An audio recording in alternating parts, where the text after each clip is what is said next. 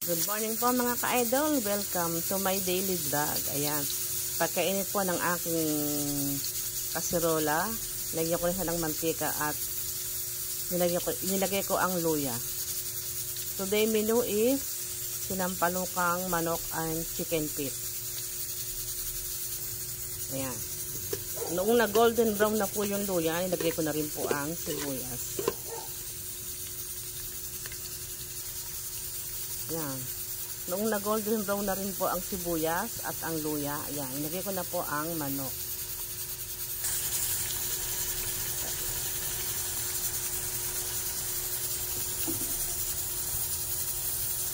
Gigisahin ko lang po munang mabuti ang manok sa patis, luya at sibuyas.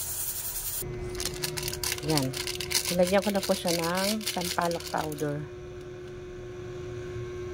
Diyan, pakukulayin ko lang po siya ng kaunti at ilalagay ko na yung chicken feet. Ayan po yung aking chicken feet. Pinalambot ko na po siya sa pressure cooker.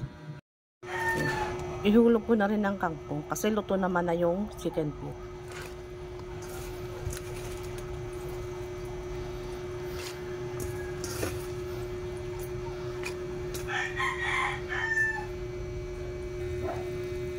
So ayan, pagkaluto po ng pagka-half cook ng kangkong, ayan.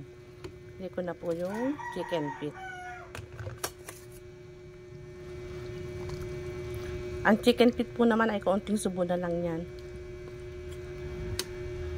Kasi malambot na siya at galing na siya ng pressure cooker. Ayan na guys, luto na ang aking chicken and chicken feet sinampalukan. So, yan lang po muna for today's video. Like and share. Follow me for more. Thanks for watching. See you on my next video.